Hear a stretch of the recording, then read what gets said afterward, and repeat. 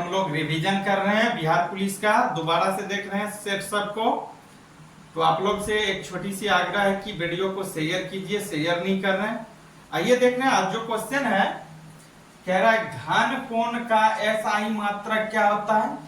घन कोण का जो एसआई मात्रक होता है वह रेडियन होता है, स्टेरेडियन होता है। याद रखना क्या होता है, स्टेरेडियन होता है, और इसको एसआर से भी डिनोट कर सकते हैं। आगे देखिए क्या था, वे मात्रक जो मूल मात्रकों की सहायता से व्यक्त किए जाते हैं क्या कहलाते हैं। कह रहा वे मात्रक या वह मात्रक जो मूल मात्रकों की सहायता से व्यक्त किए जाते हैं उसे क्या बोलेंगे, व्युत्पन्न मात्रक बोलेंगे। क्या बोलेंगे, व्युत्पन्न मात्रक। आगे देखिए, आगे क्वेश्चन है आवृत्ति का एसआई मात्रक होता है। कल भी हम बता रहे थे, आपको समझा रहे थे कि आवृत्ति का जो एसआई मात्रक होता है, ये क्वेश्चन ऐसे कई बार आपको पूछा है। आवृत्ति का जो एसआई मात्रक होता है वह होता है हर्ट्ज। याद रखना है क्या होता है आवृत्ति का एसआई मात्रक, हर्ट्ज होता है। आगे देखिए क्वेश्चन,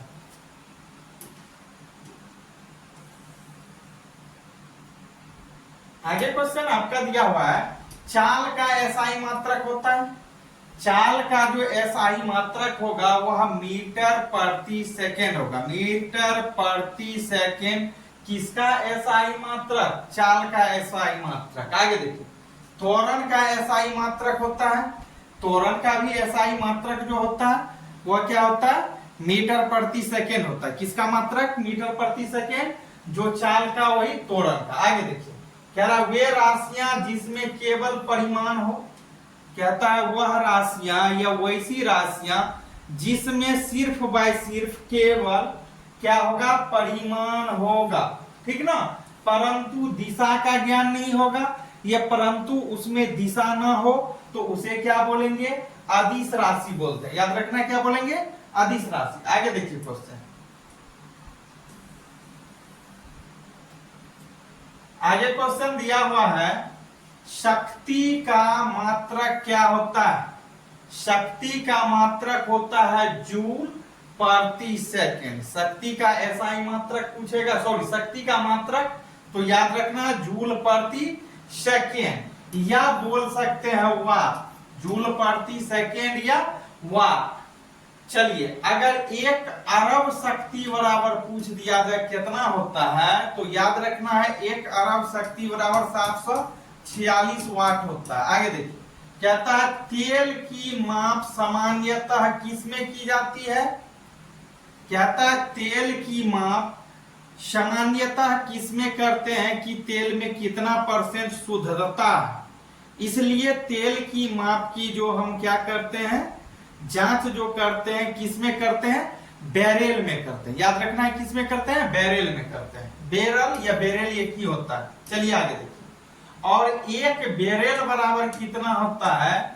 1 बैरेल बराबर अगर पूछ दिया जाए आपसे कि 1 बैरेल बराबर होता है तो 159 लीटर होता है। याद रखना। आगे देखिए, आगे क्वेश्चन दिया हुआ है वे राशियां जिनमें परिमाण के साथ साथ दिशा का भी ज्ञान हो। कहता वे राशियां या वह राशियां जिसमें परिमाण भी होगा और उस परिमाण के साथ साथ आपको दिशा का भी ज्ञान होगा, मतलब परिमाण का भी ज्ञान और दिशा का भी ज्ञान। तो ऐसे राशियां क्या कहलाएगी, ऐसे राशियां को क्या बोलेंगे, सदिश बोलेंगे। चलिए करेक्ट क्या होगा इसका आंसर, सदिश होगा भैया।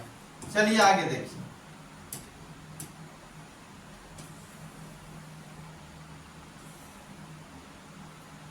आगे क्वेश्चन दिया हुआ है आपका,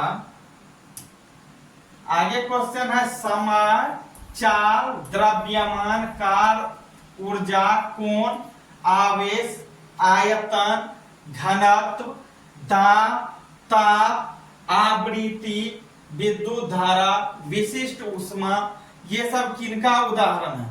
तो ये सबका सब उदाहरण जो है चालक पदार्थ का है। याद रखना क्या हो जाएगा, यहाँ अदिश राशि, सॉरी अदिश राशि क्या रहा है, समय कौन राशि है, याद रखना है अदिश राशि, चाल कौन राशि, अदिश राशि, द्रव्यमान कौन राशि, अदिश्य राशि।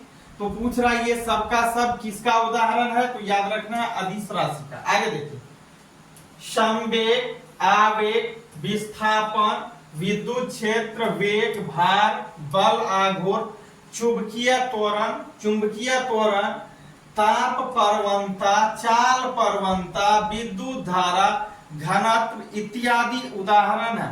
ये किनका उदाहरण है? तो ये सदिश का। किसका है? सदिश का उदाहरण है। कौन है सदिश का? ये वाला क्वेश्चन। आगे देखिए, भौतिक का पिता किसे कहा जाता है?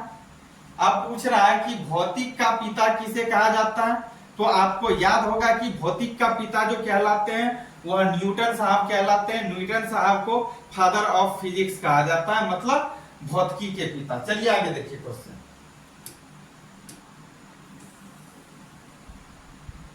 आगे क्वेश्चन दिया हुआ है, गति का नियम किसने दिया? तो गति का नियम जो देने वाले वैज्ञानिक थे, जो गति का नियम दिए थे, न्यूटन साहब ने दिए थे। किसने गति का नियम दिए थे? न्यूटन साहब ने। और गति से संबंधित जो नियम दिए थे न्यूटन साहब, 3 नियम दिए थे। गति का प्रथम नियम, गति का द्वितीय नियम और गति का तृतीय नियम। और ये किसमें व्याख्या किए हैं? अपने प्रिंसिपिया नामक पुस्तक में इस नियम का बखान किए हैं। ये भी याद रखना। अगर ईस्वी पूछ लिया जाए कितना ईस्वी में, तो 1687 ईस्वी में किए थे। ये भी याद रखना। चलिए आगे देखिए क्वेश्चन। Dot clear? क्या था? न्यूटन के किस नियम के अनुसार कोई वस्तु अपनी विराम अवस्था या एक सरल रेखा पर या एक सरल रेखा में एक समान चाल से तब तक गतिशील रहेगी या तब तक चलते ही रहेगी जब तक कि उस पर कोई बाह्य बल न आरोपित हो, न लगे। तो गति का ये प्रथम नियम कहलाएगा। कौन नियम से? गति के प्रथम नियम से ये मिलता है। चलिए आगे देखिए। आगे क्वेश्चन दिया हुआ है, न्यूटन के प्रथम नियम को अन्य किस नाम से जाना जाता है? न्यूटन के गति के प्रथम नियम को अन्य किस नाम से जाना जाता है? तो गति के प्रथम नियम गैलीलियो साहब के नियम से भी जाने जाते हैं, क्योंकि इनके खोजकर्ता सर्वप्रथम कौन थे? गैलीलियो साहब थे। तो आप बोल सकते हैं गैलीलियो का नियम या जड़त्व का नियम। आगे देखिए, कहता न्यूटन के किस नियम से बल की परिभाषा मिलती है? तो न्यूटन साहब के प्रथम गति नियम से बल की परिभाषा मिलती है। चलिए आगे देखिए, कहता है, आगे क्वेश्चन है, चलती हुई बस अचानक रुकने पर, कह रहा जब कोई बस चल रही है, जा रही है, गुजर रही है, तो चलती हुई, कह रहा चलती हुई बस के अचानक रुक जाने पर, ठहरने पर उनमें बैठे यात्री आगे की ओर झुक जाते हैं। ऐसा क्यों होता है? ये क्या प्रदर्शित करता है? तो न्यूटन साहब के प्रथम गति के नियम को, या आप जड़त्व के भी नियम बोल सकते हैं। चलिए आगे देखिए।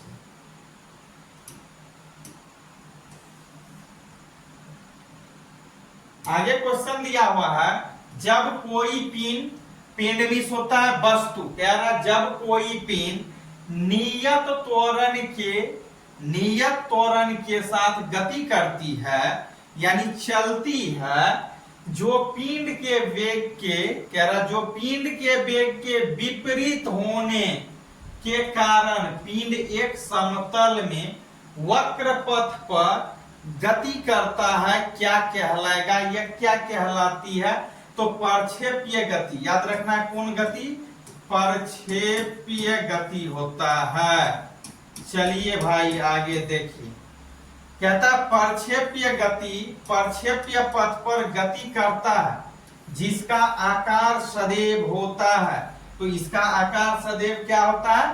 परवलयाकार होता है। परवलयाकार होता है। तो चलिए, आप लोग से छोटी सी आग्रह है कि आप लोग वीडियो को अधिक से अधिक शेयर करते रहिए। तो फिर मिल रहे हैं आगे की क्लास में, तो आप अपना फीडबैक दीजिए।